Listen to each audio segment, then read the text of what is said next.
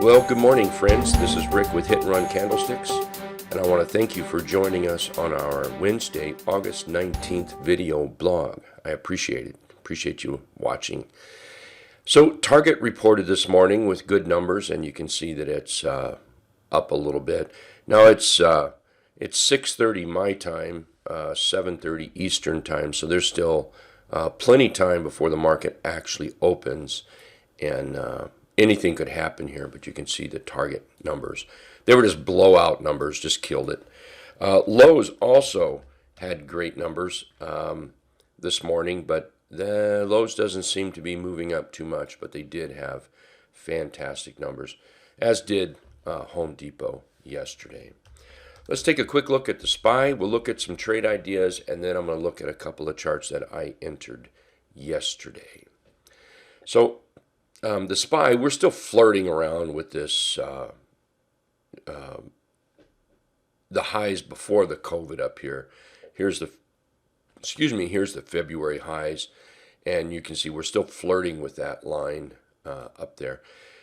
It's been a fantastic recovery. Horrible drop to the downside, and then the recovery has just been amazing, absolutely amazing. Has come back up. So now we're testing those highs. So now what? Well, here's a couple of things.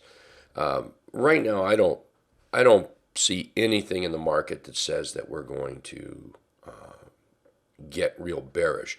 We absolutely may see a few little pullbacks, a few little candles and some price action that might even look like we're heading down south. But right now, I don't see anything that suggests anything big other than normal pullbacks. Right now, I'm watching 345 area and the 350 area as possible targets for the SPY to run up and challenge. I'll be watching price action, the T-line. I use the T-line a lot, and the dotted line here, the green dots, red dots, same line. I'll be watching that. And if we start breaking trend, then I'll be worried about some bearishness here. We are getting a little bit far from the trend here, so we could see some consolidation. So I'll be watching price and the T-line pretty darn close. Still bullish on the overall market. Take a look at VXX. Yesterday at the close on the 15-minute chart, VXX started to get a little perky, but really didn't do much after the market closed. In fact, it really pulled back. The market popped up a little bit. You can see here today, right now at this moment, where it looks like we may open around this 2430 area. Still the sellers are in control. No buyers here. No fear, no volatility in the market right now. So this is another reason why we're going to remain to the long side and just watch the charts very closely, okay? All right, let's take a look at CAR. CAR is looking pretty good here, and right now I'm looking at a 36.35 profit zone up here with the possibility of 48.40 as a profit zone. So far, CAR has been trending up quite nice. You can see that we broke out right here, and let's get this. There we go. Nice little breakout here, and now we've pulled back, and it looks like we're putting in a little pop out of the box type chart pattern. Four bars just moving tight, concise, tight, in a lateral to the right direction. We'll look for buying the trades above the previous bar, and that is what could lead us up to that 36.35. A breakout there, again, we could look at 41 or 48 up there. Another chart is SPWR. Solar has been pretty good here lately. You can see the bull trend here on solar.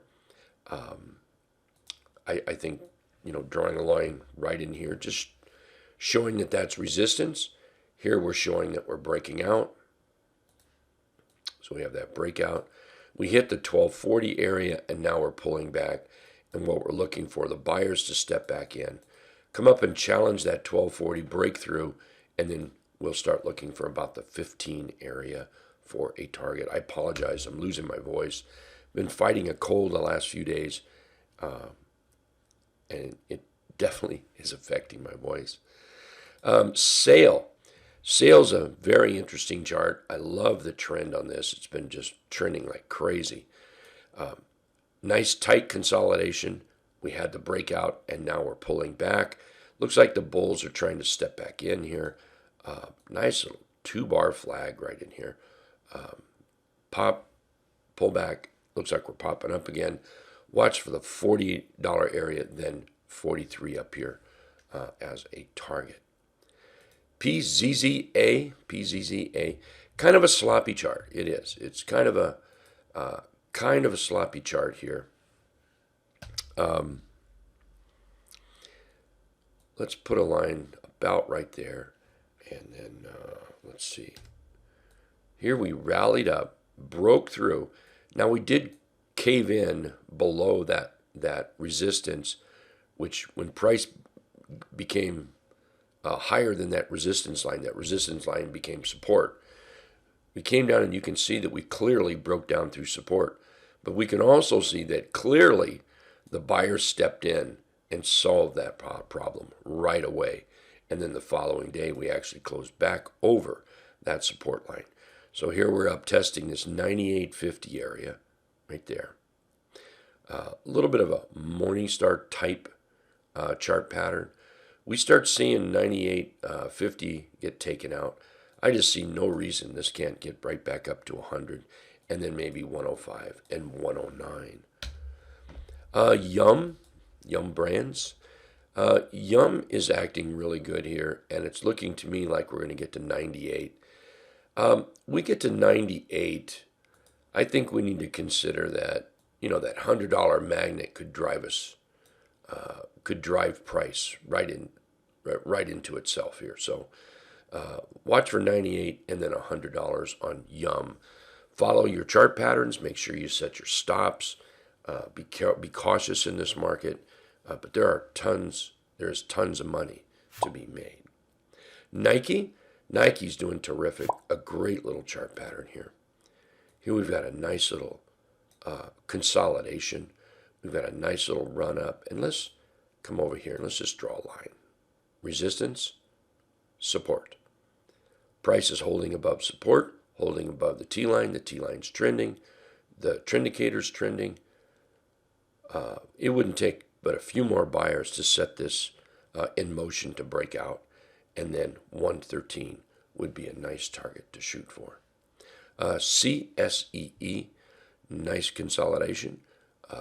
Pop out of the box, very tight. We're just looking for that pop to the upside that would trigger an entry. Also, anybody that bought it inside the box, congratulations. A little bit jealous here. That looks great. Looks like we're going to open up right at the close where we closed yesterday. 43 followed by 45 possible profit zones. Here's Charles Schwab. Charles Schwab, we're way down here.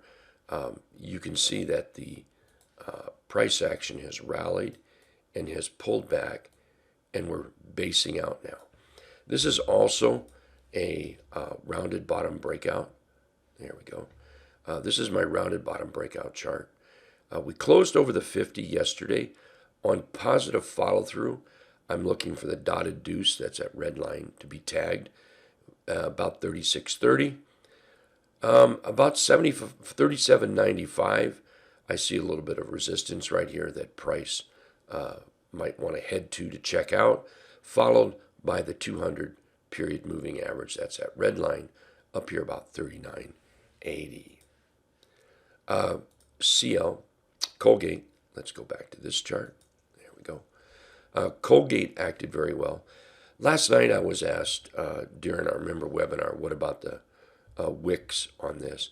Yeah, there's definitely a few wicks, no question about that. But I also think what we've got to consider is that price is still moving up. And if I drew a line right here at 77.25, that's where I see resistance at. Resistance, we've consolidated, in a bullish fashion here, 3 bars, and then we broke out. So yeah, it's got some wicks up there, but the price action is suggesting that there are more buyers than sellers. That's what we need to keep this thing afloat and going. Look at the volume yesterday. I'm looking at 79.90 for a possible profit zone on Colgate here. Alrighty, let me grab a drink of water. Be right back. Thank you. And with the magic of pausing your video, there's no elapsed time. How cool is that? Okay, so yesterday I bought some SLB yesterday. SLB's been on a pullback. Now, I sure would have liked it to present itself a little bit better yesterday toward the close.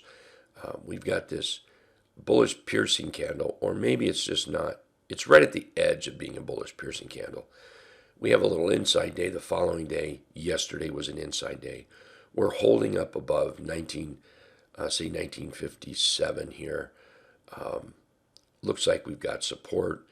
It is very possible that this wants to track a little bit more toward this trend line right there. It might want to do that.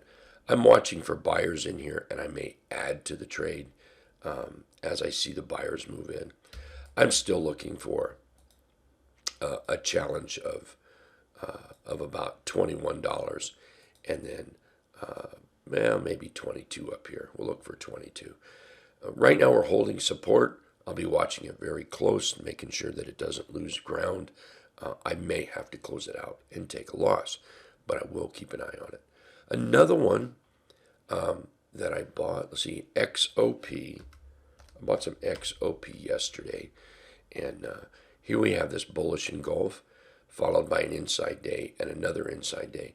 Now, I don't normally buy dark candles like this, and it wasn't dark when I bought it, but it has slipped since the purchase.